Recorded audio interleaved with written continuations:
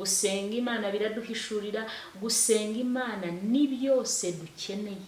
Amen. Yego, ibintu byose twakora, ikintu cy'ibanze kigomba kuba icyambere kikanaba n'icyanyuma ugusenga. Rero hari ibintu biruhije abantu, hari ibintu biremereye abantu, hari ibintu bituma abantu badasinzira, hari ibidosiye bikakaye iby'ubuzima impande n'impande.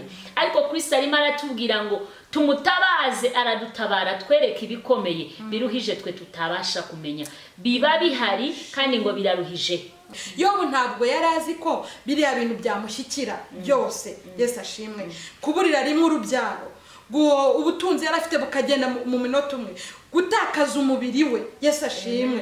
Gutakaza inshuti, gutakaza ibyo yaboneshaga amaso yari afite. Yesu ashimwe. Ariko ikintu nkundira Imana, uwitabaje iramutabara. Igihe cyarashyitse Imana irazitabara Yobu. Yesu ashimwe. Bivuga rero ngo igibasha kugaragaza ibyo bintu twebwe tutabonye. Haleluya. Kandi bifite n'imbaraga yo kuturusha no kutugora, ariko ikazi kabitesha agaciro. Ariko urumva bitesha agaciro ku muntu wasenze. Ibaze noneho umuntu udasenga, yirirwa kubitwa inkona atazi, yirirwa mu byago, yirirwa muri jugujugu, yirirwa avunika, yiyushya kuya. Haleluya. Kubera kudatabaza Imana.